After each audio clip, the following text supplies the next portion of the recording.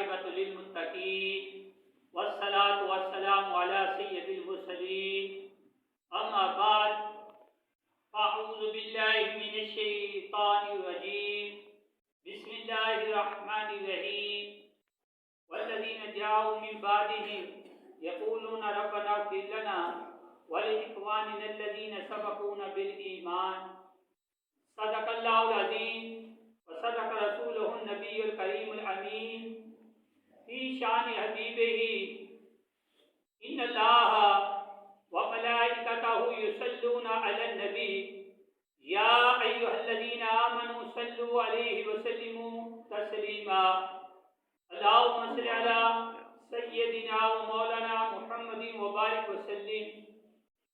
سب مل کر پڑھیں الصلاۃ والسلام علیک یا رسول اللہ وعلی آلک واصحابک یا حبیب اللہ. الصلاۃ والسلام علیک یا نبی اللہ وعلی آلک واصحابک یا نور اللہ. حضرات محترم، عبادت کی 3 قسمیں ہیں: بدنی، مالی اور مرکب.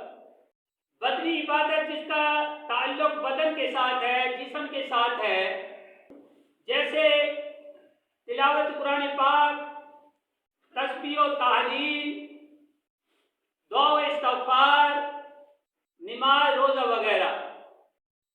مالی کہ جس کا تعلق جو ہے مال کے ساتھ ہے، جیسے زکوٰۃ و صدقات اور خیرات وغیرہ. اور مرکب وہ عبادت ہے کہ جس کا تعلق جو ہے دونوں کے ساتھ، یعنی جسم کے ساتھ بھی ہے اور مال کے ساتھ بھی ہے. جیسے حج، کہ حج میں مال بھی خرچ ہوتا ہے اور پھر مکہ مکرمہ پہنچ کر جسمانیت کے ساتھ حج کے ارکان بھی ادا کرنے پڑتے ہیں.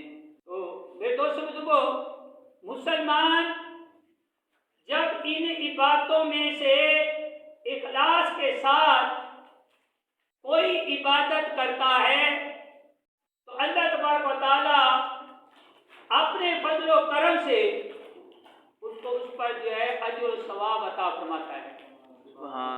اب سوال یہ ہے کہ کیا زندہ مسلمانوں کی عبادت کا ثواب فوت شدہ مسلمانوں کو پہنچتا ہے یا نہیں؟ تو حضرات محترم، ایک بہت جلا فرقہ تھا کہ جس کا مطلب یہ تھا کہ ثواب نہیں پہنچتا، نہ جو ہے مردوں کو سے پیدا پہنچتا ہے. جمہور اہل سنت و جماعت کا یہ مذہب ہے کہ عبادت کا ثواب پہنچتا ہے اور مردوں کو سے پیدا پہنچتا ہے. اب معتزلہ فرقہ تو ختم ہو گیا، مگر بدقسمتی سے مسلمانوں میں کئی ایسے فرقے جو ہے بن گئے، کئی ایسے بد عقیدہ لوگ پیدا ہو گئے جنہوں نے جو ہے اصال ثواب کا انکار کر دیا اور کہا کہ زندہ کی عبادت کا ثواب مردہ کو نہیں پہنچتا. تو آج میں نے قرآن و حدیث سے جو ہے یہ ثابت کرنا ہے کہ زندہ مسلمانوں کی عبادت کا ثواب فوت شدہ مسلمانوں کو پہنچتا ہے. کہ قیامت کے دن جو ہے پہاڑوں جیسی نیکیاں انسان کے عمل میں لائق ہوں گی، تو وہ کہے گا کہ یہ نیکیاں کہاں سے آ گئی؟ تو فرمایا جائے گا کہ یہ تمہاری اولاد کی دعائے استغفار کے سبب جو تمہارے لیے دعا کریں کہ اللہ تعالیٰ نیک اولاد دے. اور والدین کو بھی چاہیے کہ اپنی اولاد کی تربیت اچھی کرے. حضرت ابو ہریرہ رضی اللہ تعالیٰ عنہ بیان کرتے ہیں کہ حضور نبی کریم صلی اللہ تعالیٰ علیہ وسلم نے فرمایا اللہ تعالیٰ نے جنت میں ایک نیک بندے کا ایک درجہ بلند فرمایا. وہ عرض کرتا ہے کہ یا اللہ، اے میرے پروردگار، یہ میرا درجہ کیوں کر بلند ہوا؟